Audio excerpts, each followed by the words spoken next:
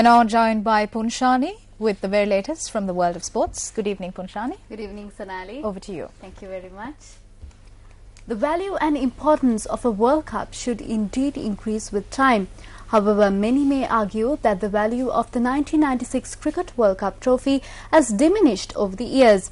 The current state of the trophy bears testament to this fact. Bitter Truth delves deep into this.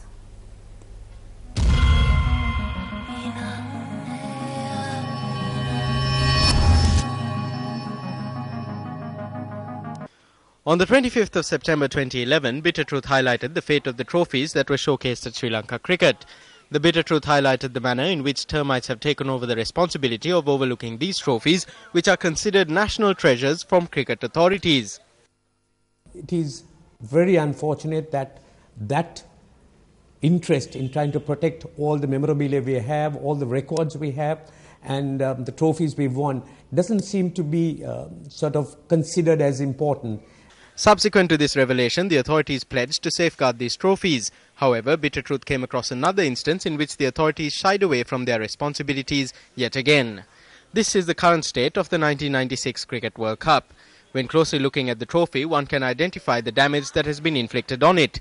According to this photograph taken at the recently concluded Dayatakirula exhibition, a nail believed to be made of white silver was missing from the 1996 Cricket World Cup when it was placed for public display at the Dayatakirula exhibition in Oyamaduwa, Anuradhapura. When it was brought to Dayatakirula, the nails were missing. Can we just let this go?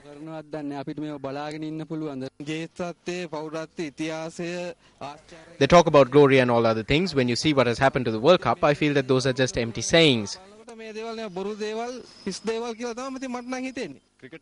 Cricket is not only a sport, it also has a culture. We can't let it be destroyed.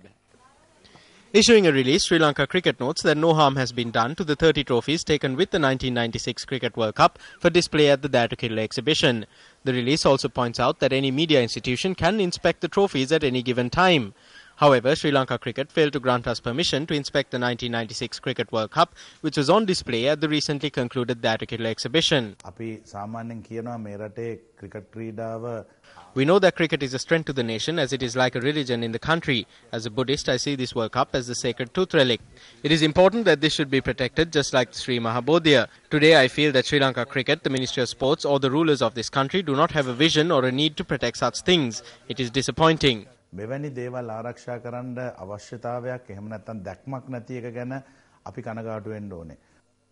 Although Sri Lanka Cricket wilted away from accepting that the 1996 Cricket World Cup had been damaged, the Minister of Sports was quick to respond. The Minister of Sports noted that a nail from the trophy had gone missing when it was taken to England by DS De Silva, who was serving at Sri Lanka Cricket during that time. When a trophy is taken for such purpose, the sole responsibility should be borne by the respective institution. They have everything in detail. You cannot put a price on such things.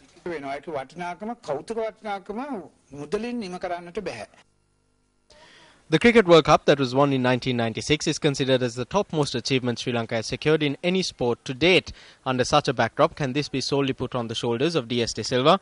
It is clear that officials at Sri Lanka Cricket who are vested with the responsibility of protecting such a national treasure have failed to do so.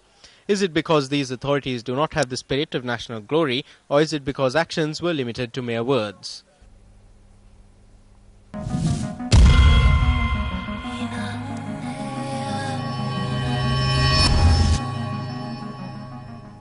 Australia defeated India by 110 runs in the 7th match of the Tri-Series, also featuring Sri Lanka.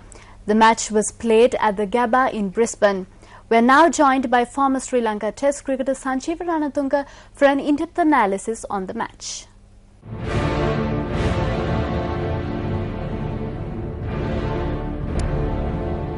We are going to look at the 7th game between Australia and India in the Tri-Nation tournament.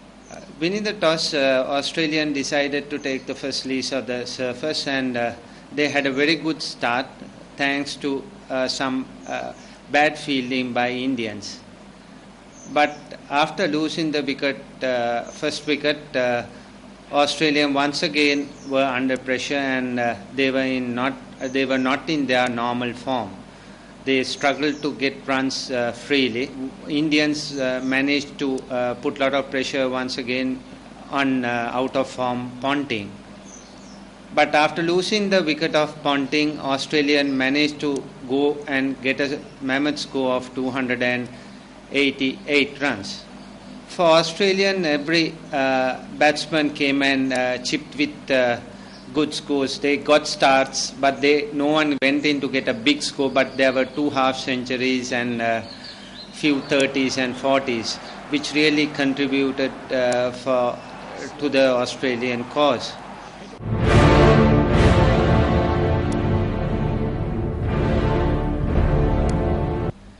Chasing 289 to win, Indians were soon in trouble. They lost early wickets and they were never in contention to get that 289 runs. They were always under pressure, losing wickets at regular intervals. The only batsman who showed some resistance was the captain Dhoni, who was playing very well during the whole series. Other than that, everyone was not among the runs. The Indian downfall is the top order collapse. I think there are inconsistency in the top order, especially Tendulkar is not among runs, and that really put a lot of pressure, and also Sharma. So I think that's a big problem for India, and this is something they have to really address. For Australian, the replacement Hilfness and Lee was outstanding. They came with 5 and 3 each wickets for Australia.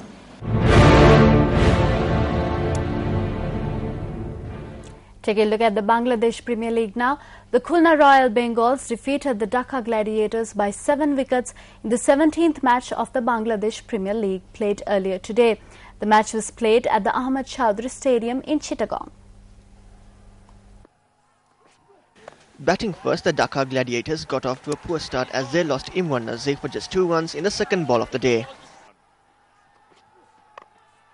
However, Mohammad Ashraful and Nazar Mahmood paired up to take the Gladiators past the 51 mark. And it's gone for 4 more to pull it back. Another high-class stroke in the BPL about off stump. Mohammad Ashraful took on the Royal Bengal bowling attack but continued to lose partners on the other end. Come back for 2. Yes, they will. Oh my God. He's going to struggle. I think he's gone. Ashraful became the 7th wicket of the day when he was finally dismissed for 53 runs. Incidentally, the Dhaka Gladiators posted 140 runs for the loss of 8 wickets in the allotted 20 overs.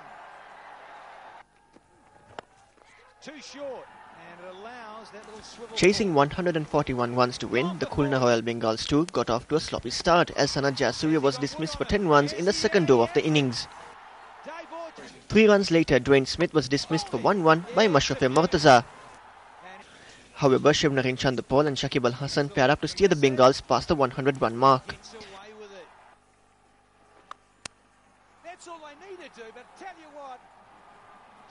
Shakib Al Hasan was dismissed for 39 runs in the 13th over by Mosharraf Hussain.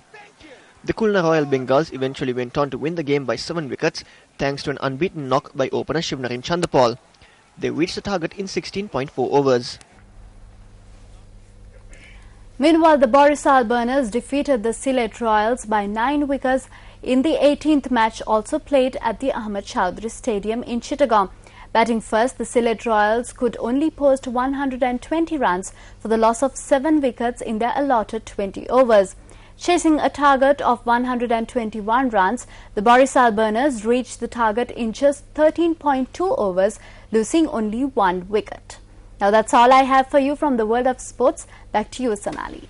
Thank you, Punshani. Also a reminder to our viewers, you can catch the action of the Bangladesh Premier League on MTV Sports. On that note, we wrap up this edition of Prime Time Weekend News. I'm Sonali Wanikapathake. Good night.